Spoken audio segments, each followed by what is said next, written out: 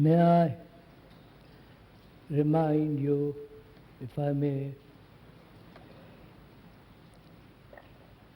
that these questions are really put to oneself, not to the speaker, though he will try to answer them, but they are really put to oneself. And as we've said, the answers to these questions lies in the questions themselves, not outside, beyond the question. And that we are, both of us, you and the speaker, are exploring the question, and thereby together find the answer. Not that speaker will give you the answers, but together we will go into them. And I hope that's clear from the beginning. Because if we look to another, we are lost. And I really mean it. Because it's our problems, our daily, tiring, boring, tortuous life which we have every day, with all the uncertainties and miseries. And if we try to find an answer outside somewhere, in India or here, or present Guru or myself, the speaker himself, then we are trying, we then will create an authority and thereby destroy ourselves.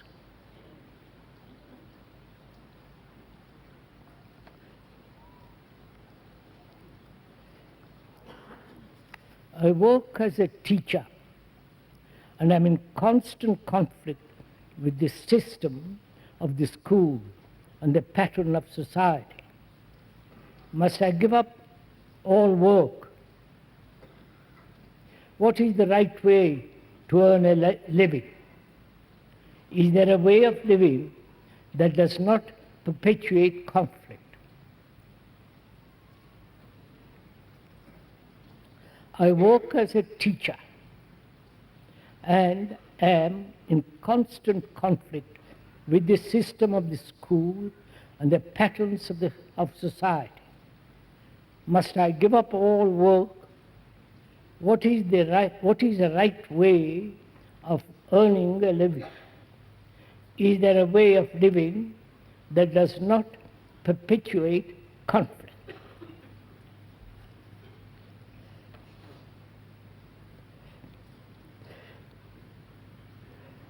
Rather complex question, and we'll go into it step by step, if we may.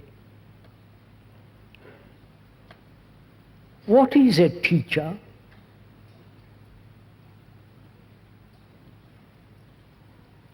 Not only in a school, college and university, the master, the pupil, the professor, and so on. What is a teacher? Either a teacher gives information about history, physics, biology, and so on, or he's learning not only with the pupil, with the student, but also learning about himself. This is a whole process of learning, teaching, and understanding the whole movement of life. So we are asking, what is a teacher? Is there apart from technological subjects like physics, chemistry, architecture and so on, apart from that, what is a teacher? You understand my question? Is there such a person as a psychological teacher?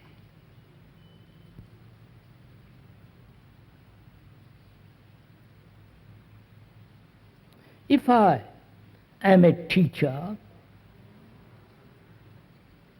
not of biology or physics, but psychologically inform you,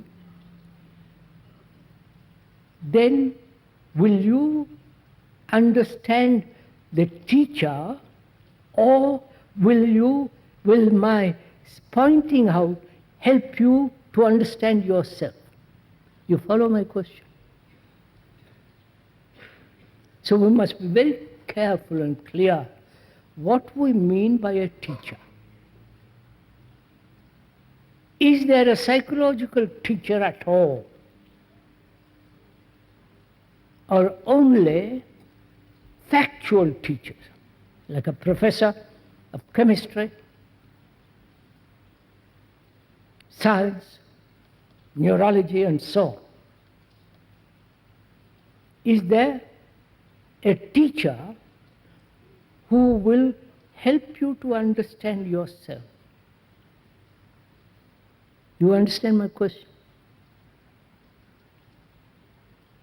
So, when the questioner says, I'm a teacher, I have to struggle not only with the established system of schools and education, but also my own life is a constant battle with myself.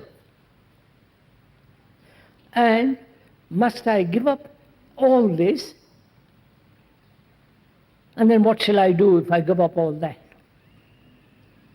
So he's asking not only what is a right teacher, but also he wants to find out what is a right living. I hope, yeah? What do you think is right living?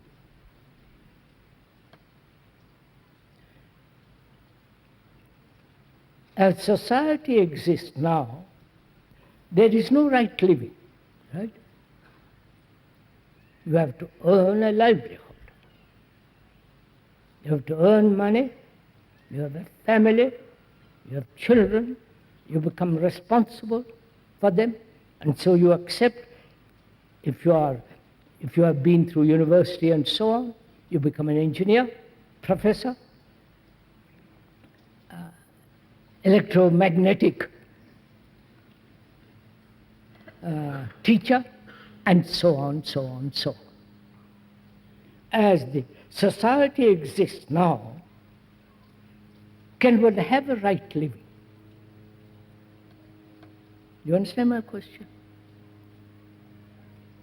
Or to search out a right living becomes merely a utopia,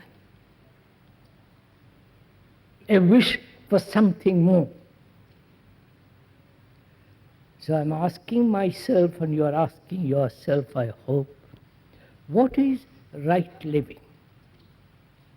What is one to do in a society which is corrupt, which has such contradictions in itself, in which there is so much injustice? All that is the society in which we live. And I am not only a teacher in a school or in a college and university, and I'm asking myself, what shall I do? You understand me? Are you asking this too, or are you just waiting for me, for the speaker to tell you?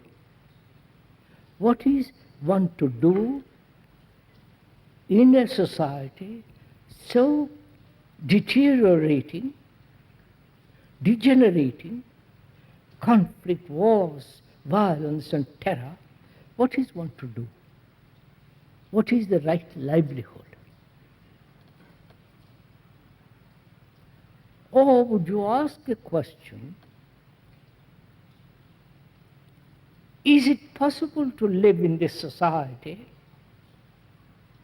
not only having a right livelihood, but also to live without conflict? That's what the question also asks. Is that possible? To earn a livelihood righteously and also end all conflict within oneself. Right? Now, are these two separate things? Earning a living rightly and not having conflict in oneself or with society. Are these two separate, watertight compartments? Are we moving together? Or they go together.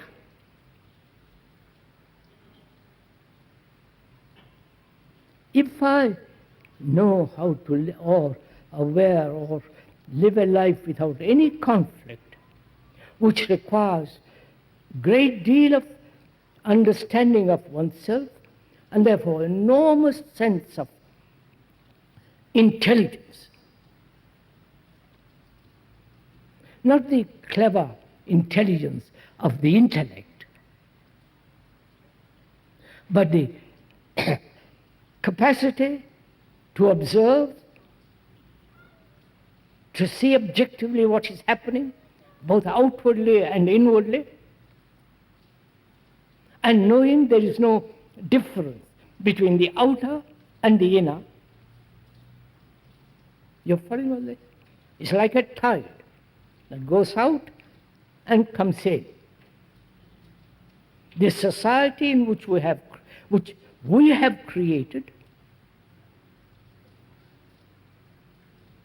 and can I live in this society without any conflict in myself and at the same time have a right livelihood? You understand? Now, on which shall I lay emphasis? To the conflict? Right livelihood? Right living? Or find out how to live a life without a single conflict?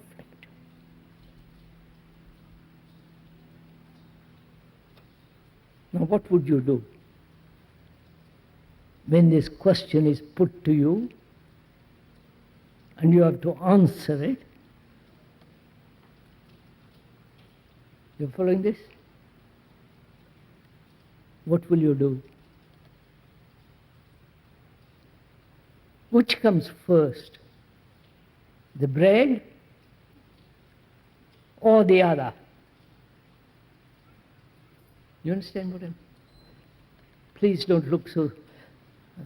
Join me.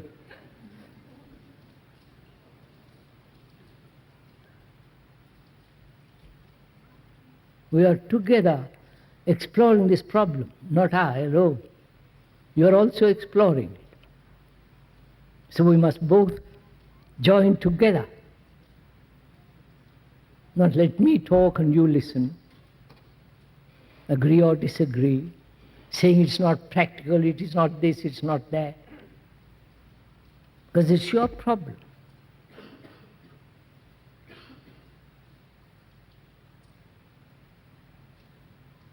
So we're asking each other, is there a way of living which will naturally bring about a right livelihood and at the same time live a constant life without a single shadow of conflict? Is that possible? Is it possible for one to have a life without a single movement of struggle?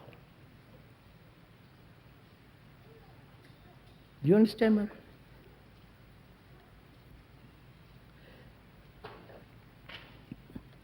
People have said you cannot live that way except in a monastery, or become a religious monk. Because then society looks after you. Right? You're following all this? Society looks after you. Because you have renounced the world and all the misery of the world, and you are committed to the service of God, in quotes.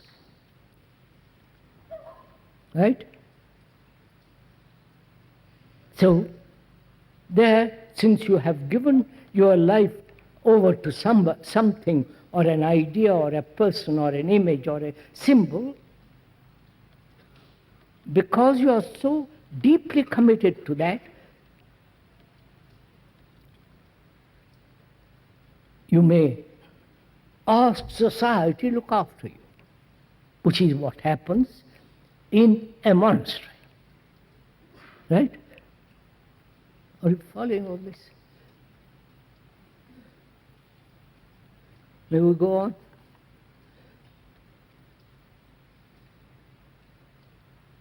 Now, nobody believes anymore in monasteries. Thank God. Nobody says, I will surrender myself to something. Right? If you do surrender yourself, it will be surrendering yourself to the image you have created about another, or the image which you have projected. You understand all this? No, come on. So, what shall we do? Can you live a life without a single shadow of conflict? I say it is possible only when you have understood the significance of living.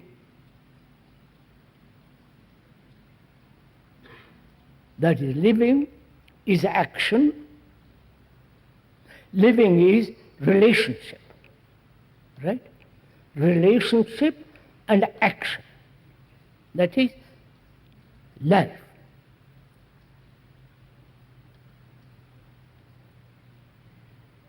Therefore, one has to ask, what is right action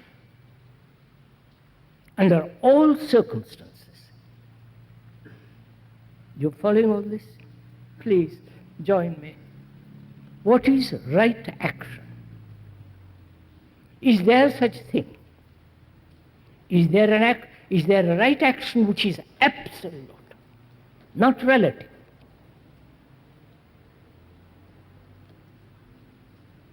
So one has to go into the question of what is action.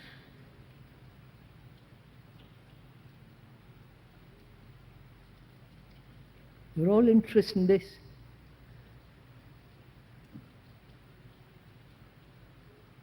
What is action? What do you mean by action? Which is living. Right? Talking, acquiring knowledge,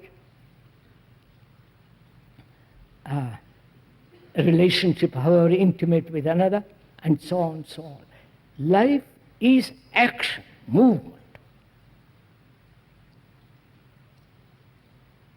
And life is also relationship with another.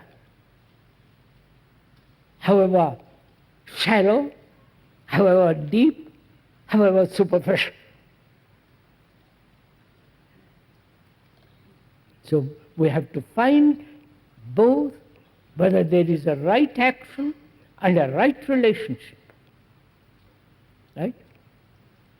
If you want to answer this question deeply.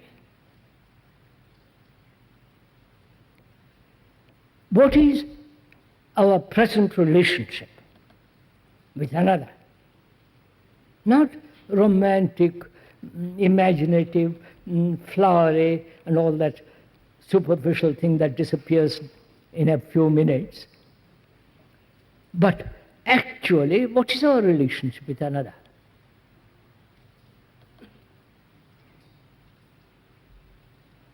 What is your relationship with a particular person?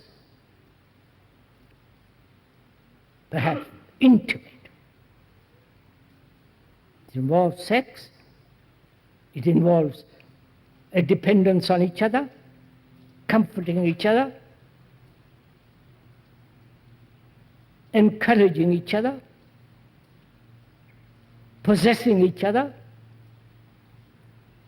and therefore jealousy, antagonism, all the rest of it.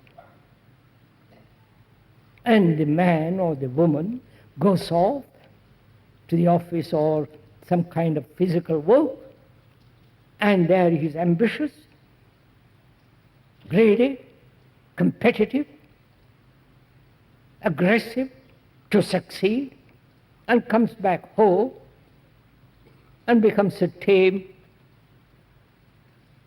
friendly, perhaps affectionate husband, wife, and so on. Right? That is the actual daily of our relationship. Nobody can deny that. And we are asking, is that right relationship? We say no, certainly not. It would be absurd to say that is right relationship. So we say that, but continue in our old way.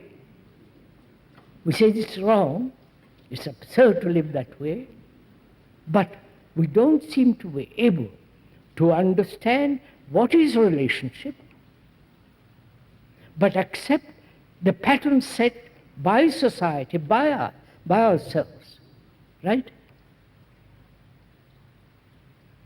So we're going to find out for ourselves what is right relationship.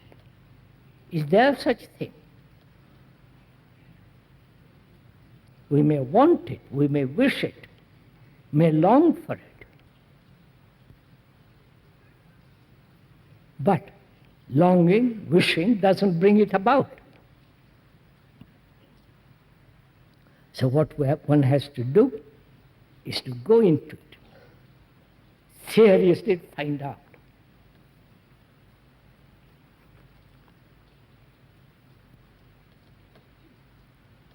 Relationship is generally sensory, sensuous. Begin with that.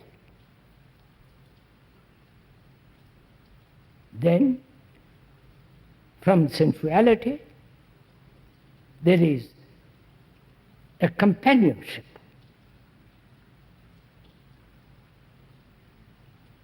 A sense of dependence on each other, which means creating a family which is dependent on each other. And when there is uncertainty in that dependence, the pot boils over.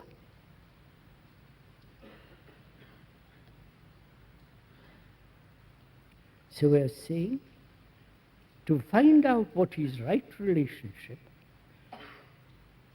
one has to inquire into the great dependence on each other.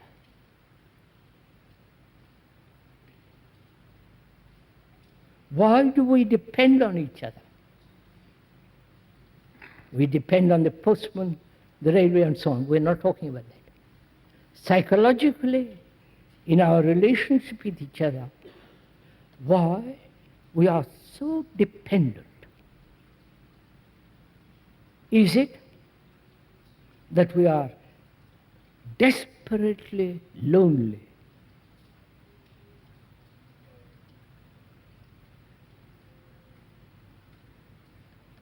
You're following all this?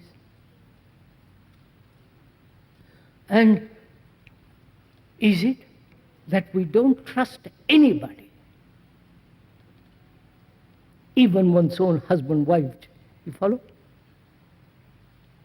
So we hope to trust somebody, maybe my wife, my husband, but even that is rather suspicious.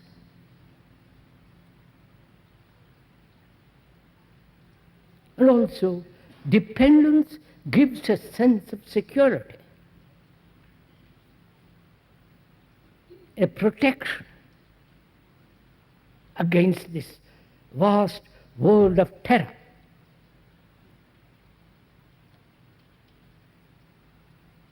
And also, we say, I love you.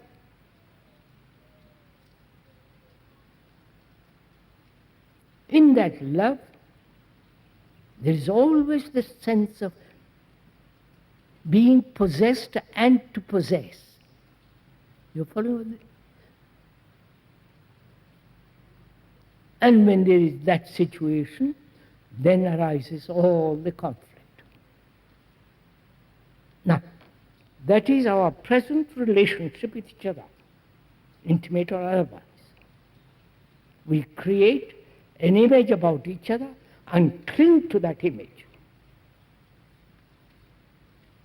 Then, are we on the right track?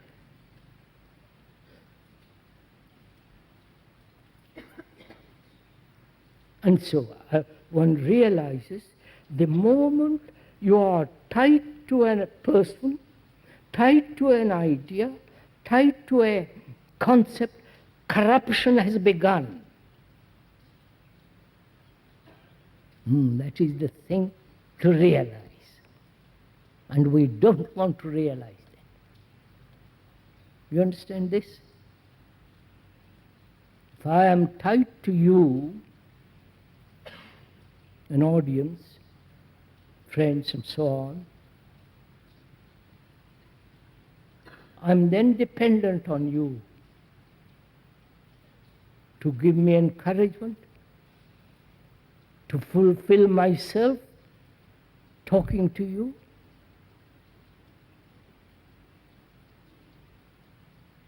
Thereby encouraging vanity, all that follows, which is corruption. So can we live together without being tied?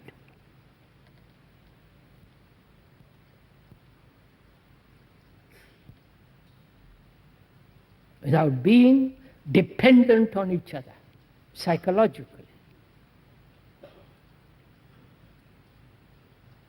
So unless you find this out, you will always live in conflict, because life is relationship. Right? So can we objectively, without any motive, observe the consequences of attachment and let it go immediately?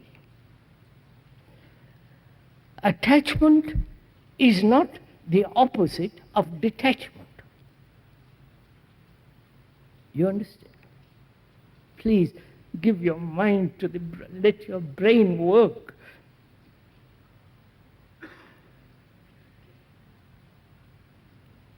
I'm attached and I struggle to be detached.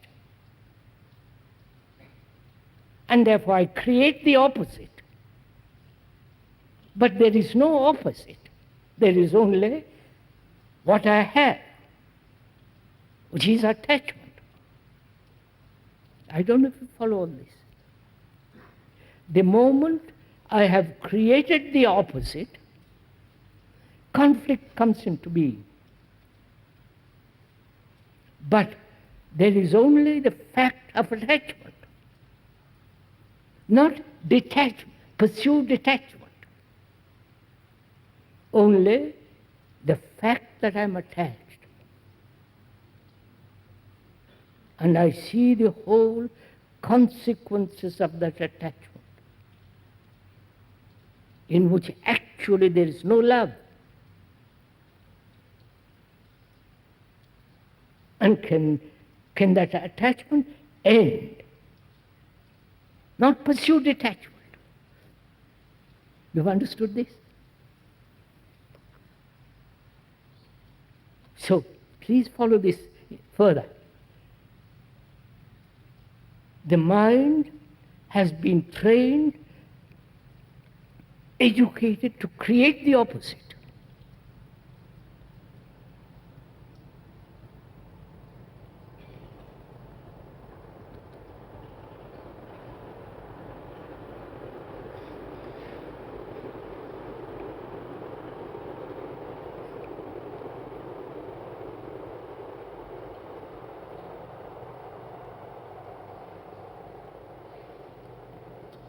The brain has been conditioned, educated, trained to observe what is and to create its opposite. I am violent, but I must not be violent. And therefore there is conflict. Right? Do you see this? But when I observe only violence, the nature of it, how it arises, and so on, so on. Observe, not analyze, observe. Then there is only that and not the other. Right? So you totally eliminate conflict of the opposite. I'm helping this. We are talking about living a life without conflict. We are pointing out how it can be done and should be done, must, if one wants to live it that way. Only deal with what is. Everything is not. You understand this? I'm angry. Don't say I should not be. Understand the nature of anger, or the nature of greed, and so on and so on. So you eliminate totally the quarrel, the struggle between the opposites.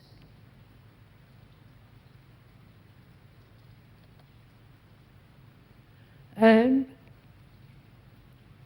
when one lives that way, and it is possible to live that way, so completely remain with what is, not try to suppress it, go beyond it, escape from it, then what is withers away.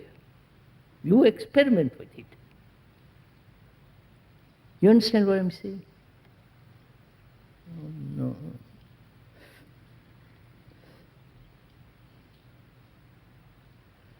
Look, sir, my son is dead.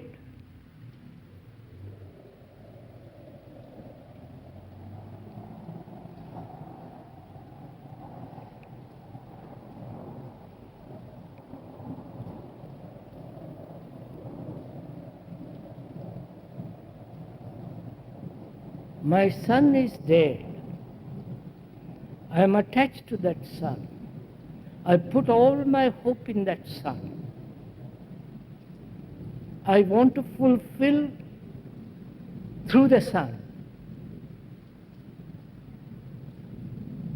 And unfortunately, some accident takes place, he is gone. And I shed tears, loneliness, despair, the shock of it. Then I run away from it. right? I go to a church, read escapes. But whereas if I remain completely with the fact that he's gone, and I'm lonely because I have depended on him. I have never understood this sense of isolation. I've escaped from it all my life.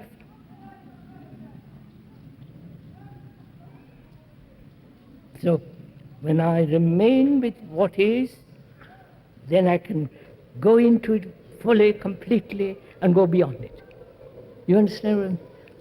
Please, sir, do it.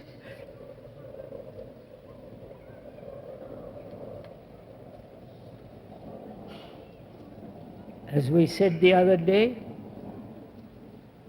this is a serious talk, serious gathering, not for casual visitors, casual curiosity, casual criticism.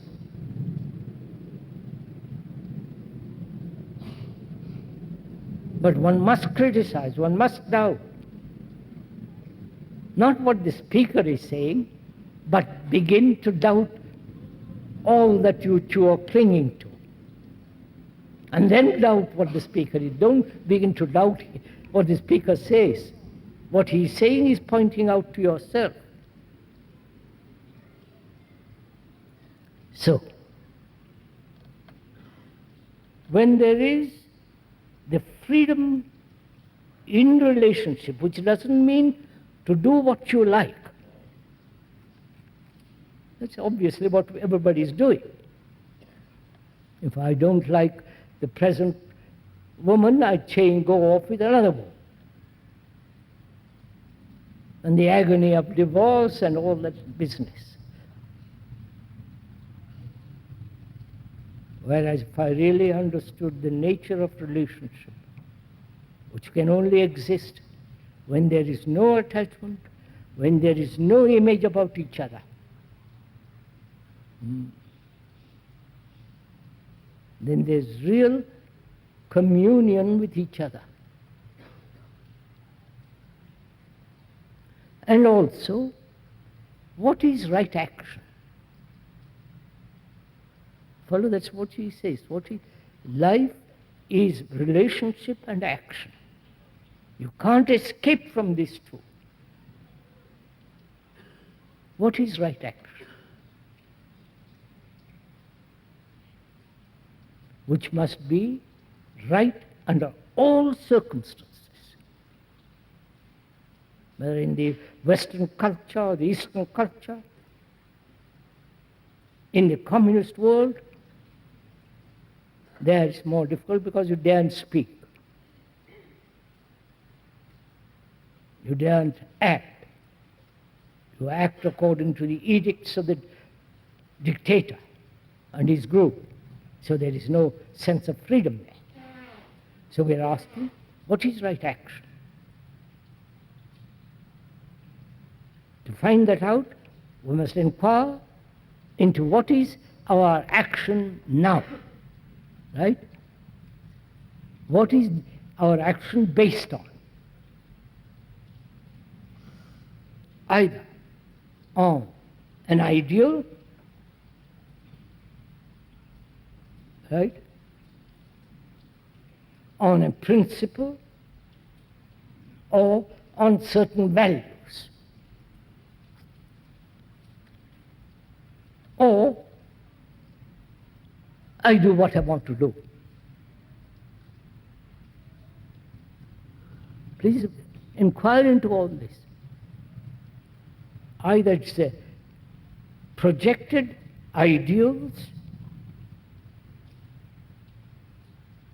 concepts, experiences, or values, or do what you please. The moment you want to do something, do it, which is the latest cry of the psychologists. Don't have inhibition. Do what you want.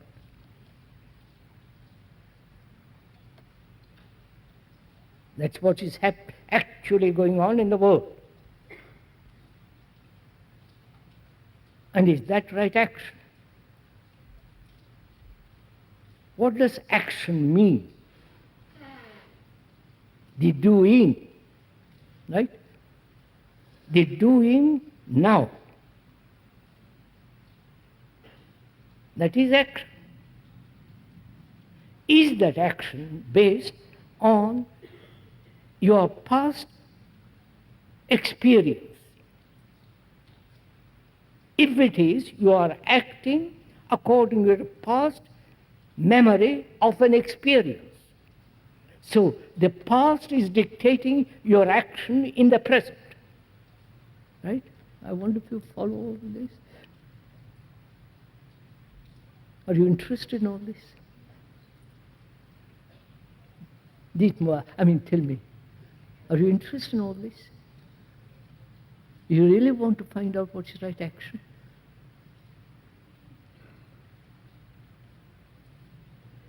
You may temporarily, but it demands tremendous inquiry into all this. Not accept some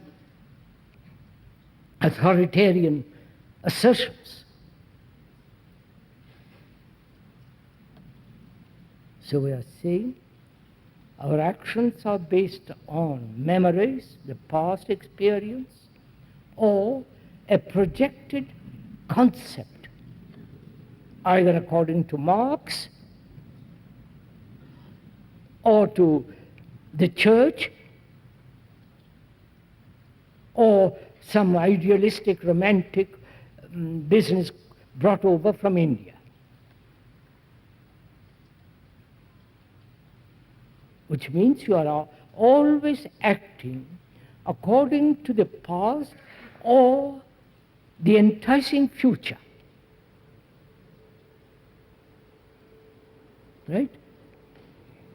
This is a fact. And is that action?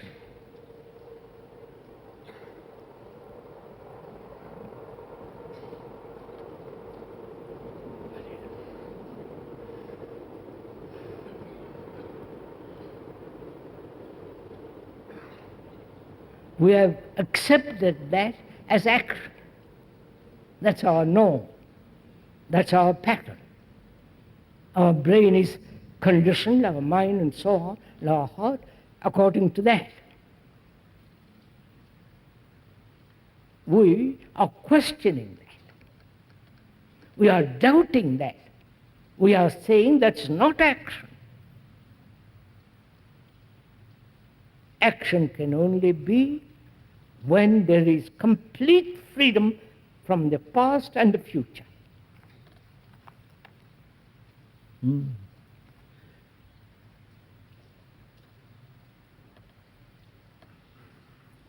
when you use the word right, it means precise, accurate.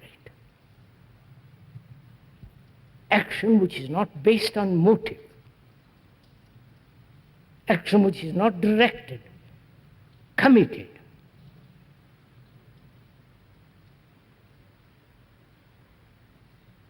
All the understanding of all this, what is right action, right relationship, the understanding of it brings about intelligence. You understand?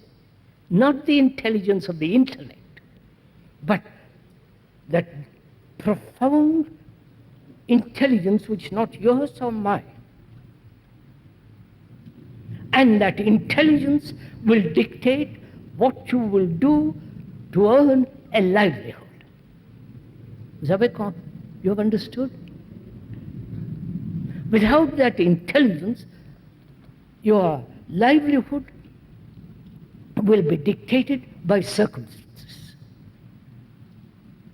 If you have that, when there is that intelligence, you may be a gardener, a cook, something, it doesn't matter. There is, you see, now our minds are trained to accept status, position.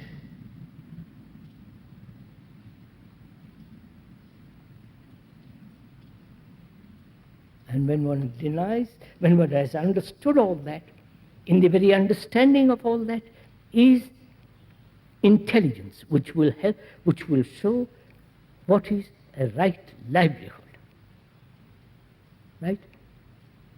Now we all heard this for an hour and, no, for 45 minutes, one question. Will you do something about it? No.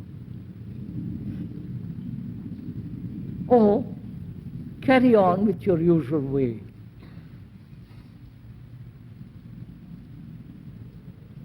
That's why it demands a great deal of inquiry.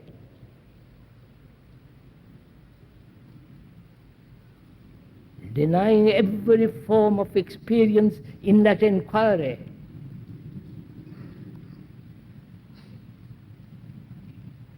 So there is a way of living in which there is no conflict. And because there is no conflict, there is intelligence which will show the way of right living.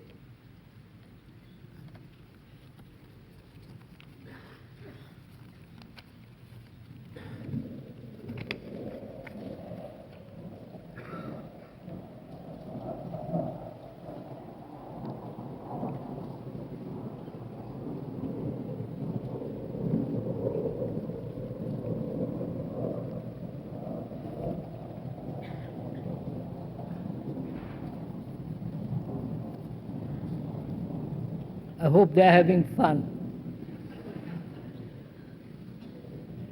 Is it possible to be so completely awake at the moment of perception that the mind does not record the event? Is it possible to be so completely awake at the moment of perception that the mind does not record the event?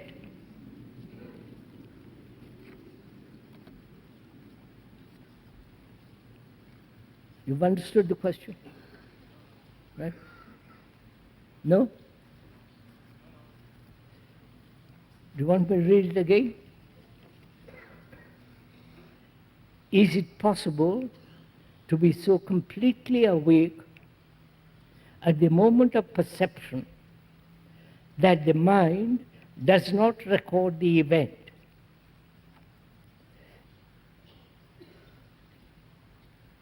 Our brain, now we're inquiring into the question. In the question is the answer. We're going to show it. We're going to inquire into it. The question. He says, is it possible not to record at all your hurts, one's failures, despairs, anxiety, experience, you follow? All the things that are going on inside and outside, not to record it. So the mind is always free. That is the question.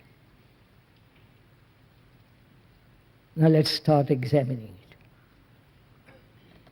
Which is, the brain evolving in time, its process is to record.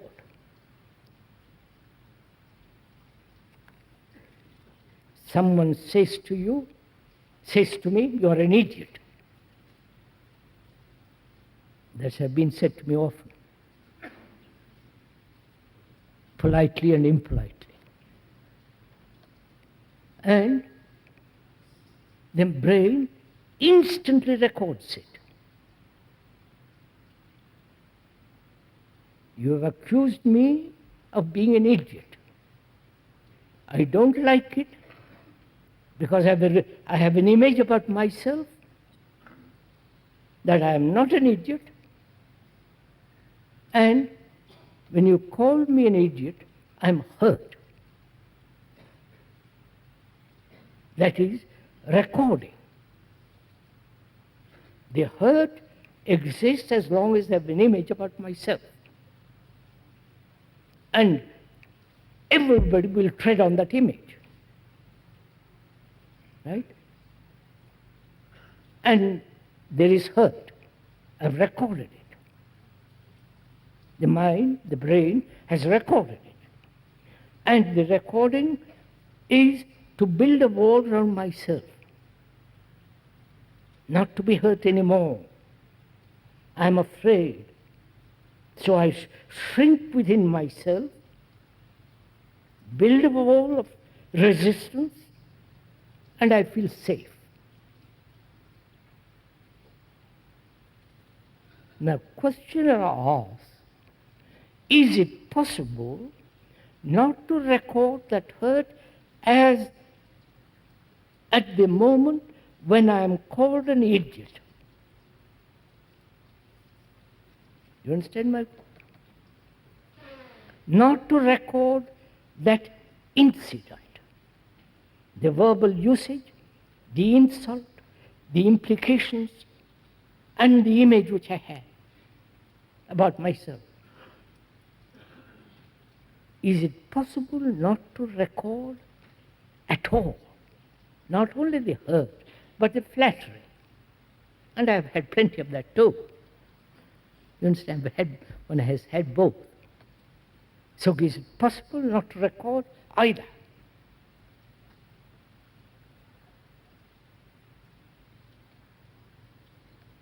Right? And the brain has been trained to record, because then in that recording there is safety, there is security, there is strength and vitality.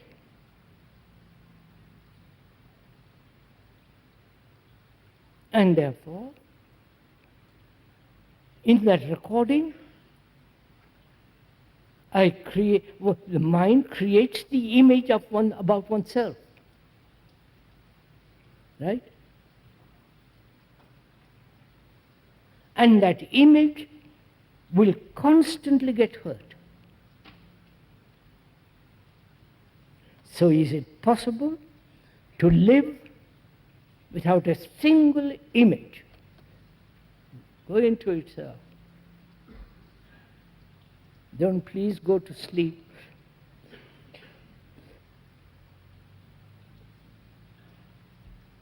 Single image about yourself, about your husband, wife, children, friend, and so on, about the politicians, about the priests, about the ideal, not a single shadow of an image.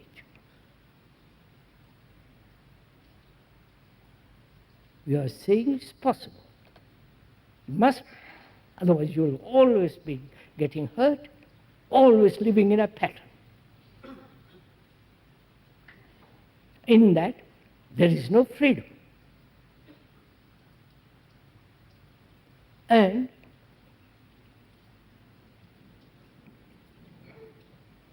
when you call me an idiot, to be so attentive at that moment, right? When you give complete attention, there is no recording. It's only when there is not attention, inattention, you record. I wonder if you capture this. Is it getting too difficult? Too abstract? Huh? That is,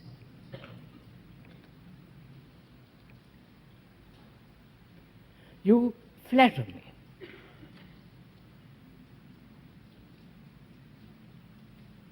I like it. The liking at that moment is inattention. In that moment, there is no attention. Therefore, recording takes place. But when you flatter me, instead of calling me an idiot, now you're going to the other extreme. Flatter me, to listen to it so completely, without any reaction, then there is no center which records.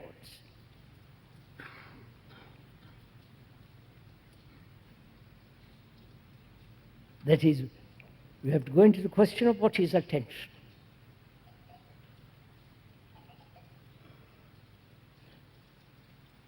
Oh Lord.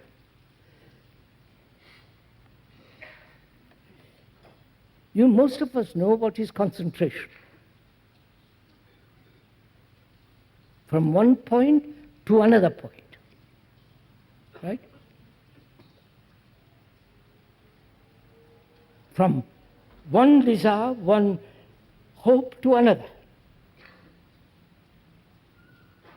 I concentrate about my job, concentrate in order to control my mind, concentrate in order to achieve a certain result. In that concentration, there must be conflict. Because you're concentrating, thoughts come pouring in. And so you try to push them off. You know all this, don't you? And this is this constant struggle to concentrate and the thought going off.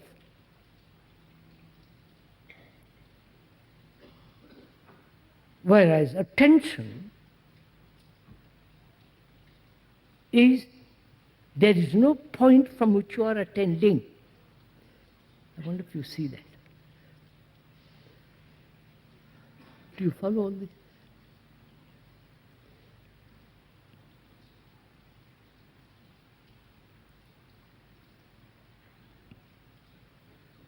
I do not know, I'm sorry.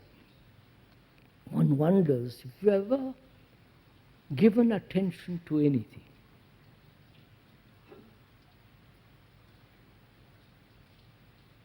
Are you now attending to what is being said?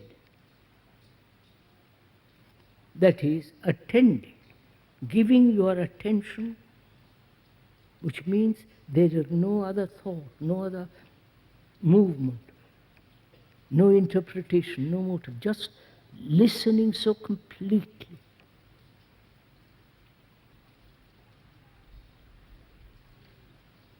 So there is a difference between concentration, which is from point to point, and therefore resistance, whereas attention, there is no center from which you are attending. And therefore, that attention is all-inclusive. There is no border to it. Is that complete? Just not what the speaker is saying, just see the truth of it. That concentration inevitably brings about resistance.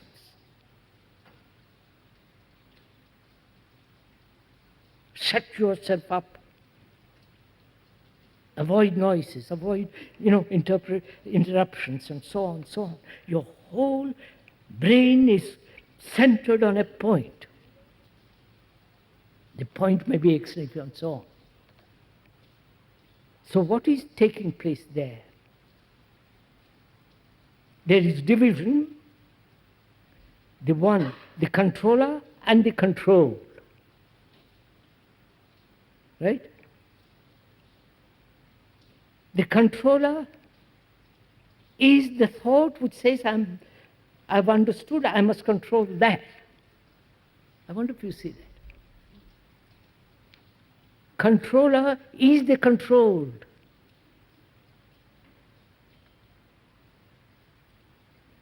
Let me put it differently. The thinker is the thought. There is no separation from thought and the thinker. Do you see this, sirs? Right? So you eliminate altogether the division. When one realizes the thinker is the thought. In concentration, the controller is the controlled. When one actually sees the truth of it, then there comes a tension in which there may be concentration. I may have to concentrate on doing something, but it comes from attention. Have you understood?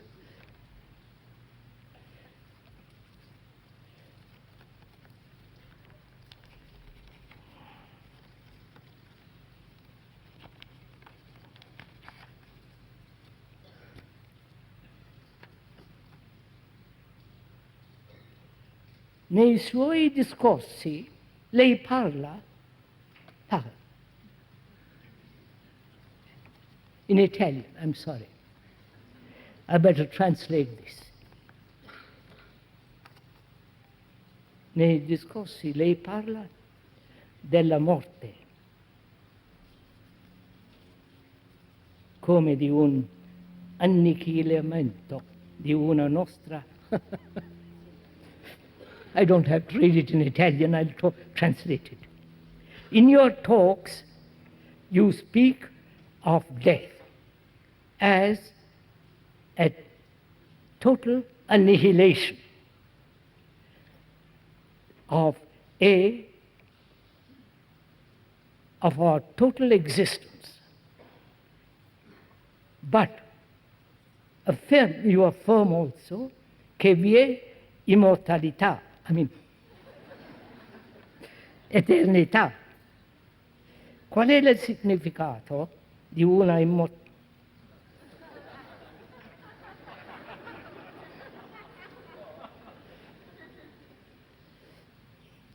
I'll put the question. Right, sir? May I? It's written down by our friend, Italian, and he's asking this question. In your talks, you have said that there is total annihilation, and also, that is after death.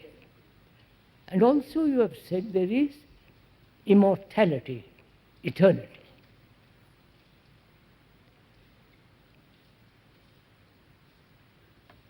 And what is that state of eternity, timeless existence? Can one exist in that? Have you understood the question? Is it clear?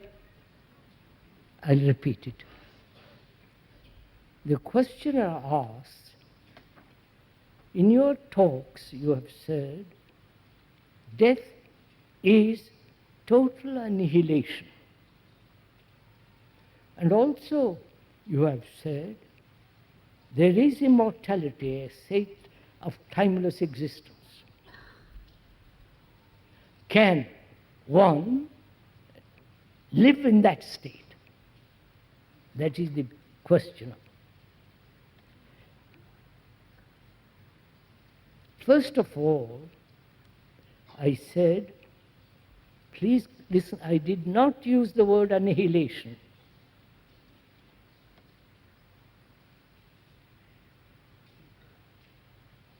I've said, death is an ending, right? Like ending attachment. When you end something, like attachment, something totally new begins, right? This is obvious. When I have been accustomed to anger all my life, or greed, aggression, I end it. There is something totally new happens. Right? If you have done it. I have followed my Guru with all the gadgets he has given me.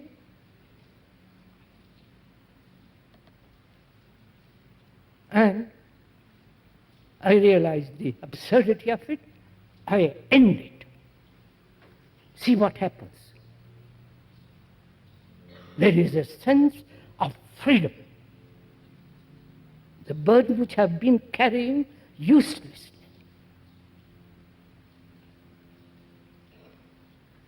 I said, death is like ending an attachment. And also, we said, what is it that has continued through life? Do you understand my question? We put death in opposition to living. Right? Is it so? We have put it. We say death is at the end. That end may be 10 years or 50 years or after tomorrow. I hope it will be 10 years for you. But this is our illusion, this is our desire, and this is our momentum.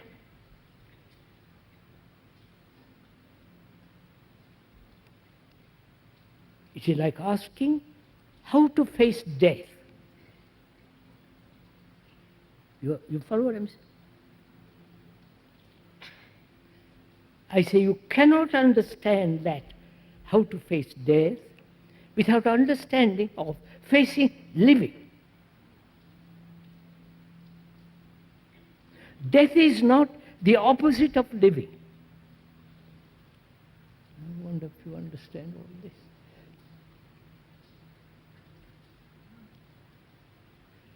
Shall we go into this? You want me to go into all this? You aren't tired? I'm surprised.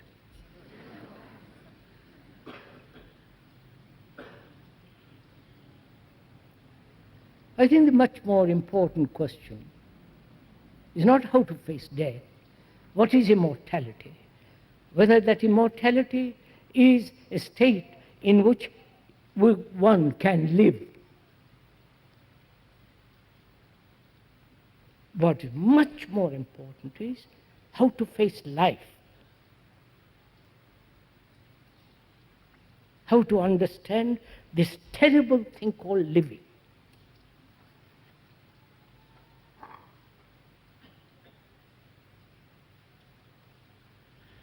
If we don't understand that, not verbally, not intellectually, but living it, finding out what it means to live.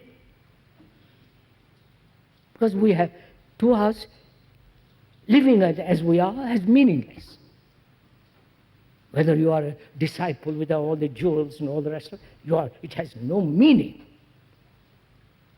Going to the office from day to day for the rest of the next 50 years, slaving away, going to church, doing, all this. What is the meaning of all this? You may give meaning to life, as people do. Say life is this, life must be that.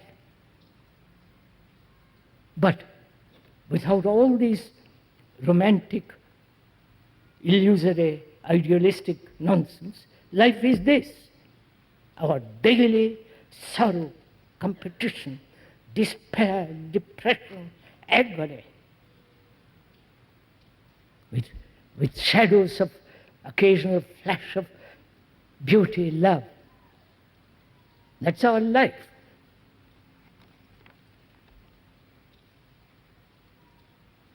Can we face that?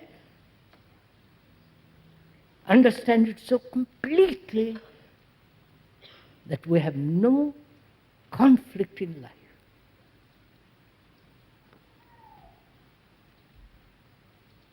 That is to die to everything that thought has built. I wonder if you understand this. Thought has built my vanity. Thought has said, you must be this. Thought has said, you're much cleverer than the other. Thought has said, achieve, become somebody. Struggle, compete, in like the Olympics.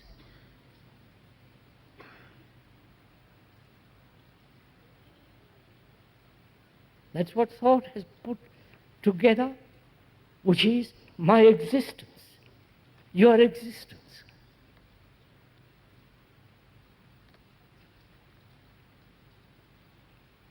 Our gods, our churches, our gurus, our rituals, our changing names into Indian names, all that is the activity of thought.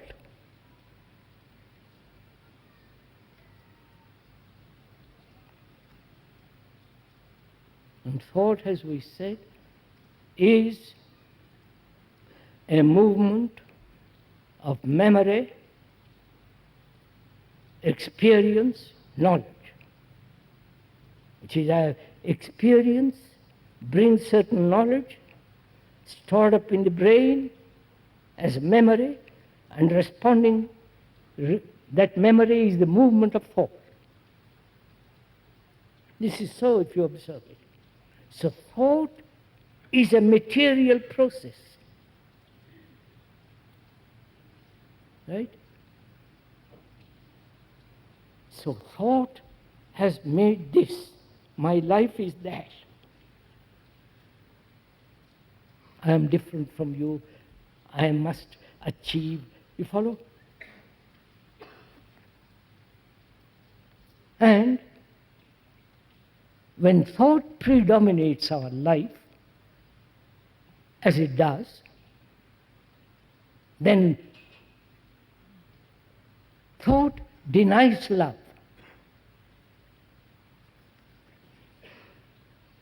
Right? So love is not a remembrance.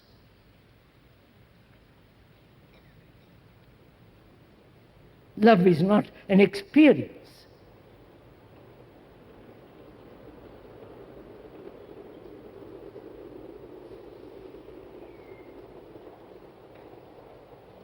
Love is not desire or pleasure. No, you'd say, you'll agree with this, but so that's our life. And living that way, we have separated this thing called death, which is an ending, and we're frightened of that.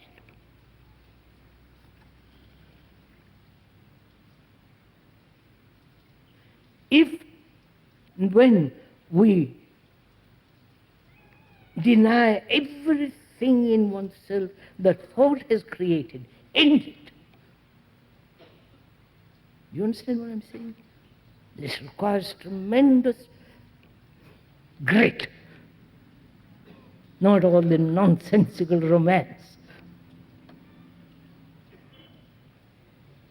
Your attachments, your hopes, your vanities, your sense of importance, all that is to become. When that becoming completely ends, what have you? You are with death, aren't you?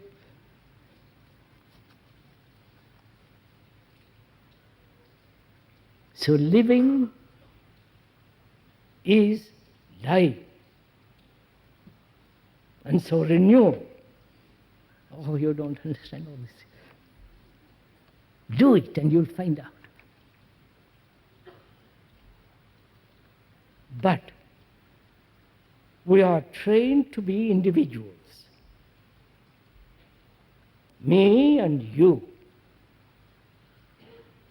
My ego and your ego.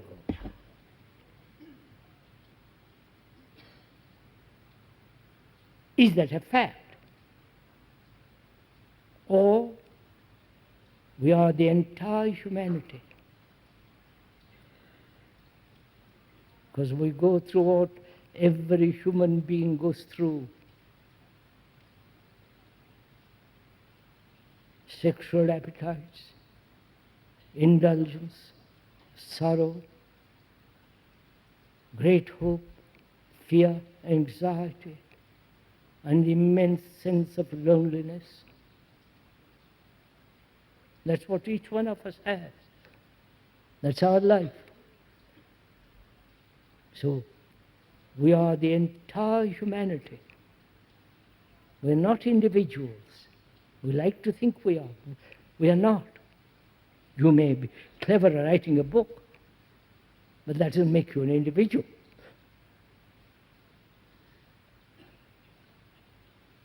You have a gift.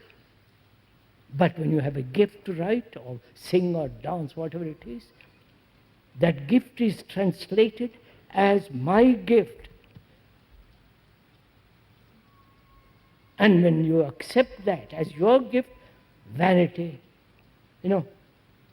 all the circus around it begins.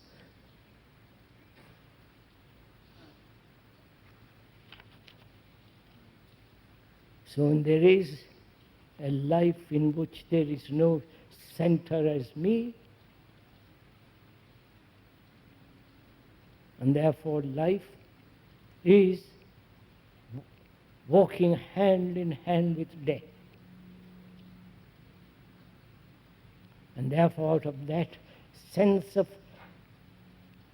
ending totally, time has come to an end. Naturally. But time is movement. Movement means thought. Thought is time. And when you say, do I live in that eternity? Then you don't understand. You can't. You are no. Sir, you see what we have done? I want to live in eternity. I want to understand immortality, which means I must be part of that. But what are you? A name, a form, and all the things that thought and put together. That's what we actually are. And we cling to that. And death comes through disease, accident, old age. How scared we are.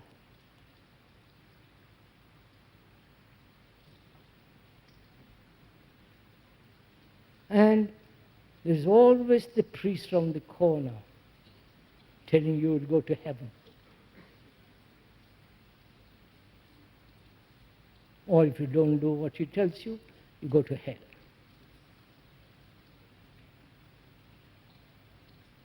It's not only the priest around the corner, but the guru around the corner. They're all the same. So can one live a life so completely without a center?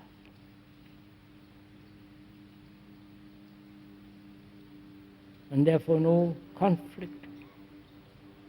And then only that state of mind which is timeless comes into being.